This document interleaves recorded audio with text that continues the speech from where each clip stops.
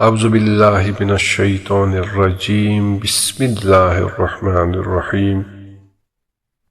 اسبغ بن نباتہ کہتے ہیں کہ میں مسجد کوفہ میں حضرت امیر علیہ السلام کے ساتھ بیٹھا ہوا تھا تو بجیلہ سے ایک شخص آیا جس کی کنیت ابو خدیجہ تھی۔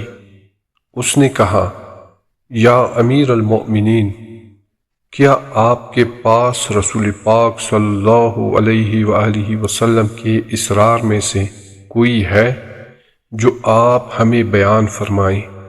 آپ علیہ السلام نے ارشاد فرمایا، ہاں۔ پھر قمبر سے فرمایا، مجھے وہ خط لا دو۔ اس خط میں عبارت درج تھی، بسم اللہ الرحمن الرحیم، بے شک خدا، اس کے فرشتوں اور تمام لوگوں کی لعنت ہے اس شخص پر جو اپنے آقا کے علاوہ کسی اور کی طرف خود کو نسبت دے۔ خدا کی، اس کے فرشتوں کی اور تمام لوگوں کی لعنت ہے اس شخص پر جو دین اسلام میں کوئی بدعت ایجاد کرے۔ خدا کی، اس کے فرشتوں کی اور تمام لوگوں کی لعنت ہے اس شخص پر جو مزدور کی مزدوری کے بارے میں اس پر ظلم کرے۔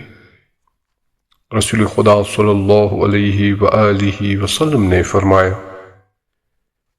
بے شک خداوند عالم ہر گناہ معاف کرنے والا ہے، لیکن جس شخص نے کسی مزدور کی مزدوری غصب کی یا عورت کا مہر غصب کیا، اس کے گناہ معاف نہیں کرے گا۔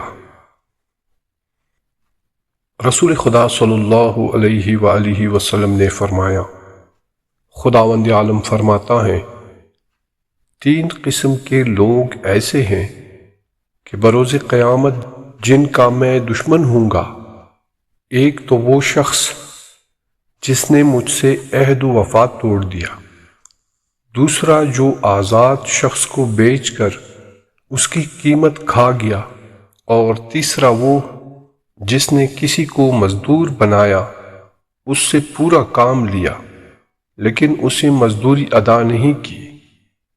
رسول خدا صلی اللہ علیہ وآلہ وسلم نے فرمایا، خداوند عالم ہر گناہ معاف کرنے والا ہے، لیکن جس نے دین میں کوئی چیز ایجاد کی یا مزدور کے حق کو غصب کیا یا آزاد انسان کو فروخت کر دیا، ان کے گناہ معاف نہیں کرے گا۔ اللہم صلی علی محمد وآل محمد۔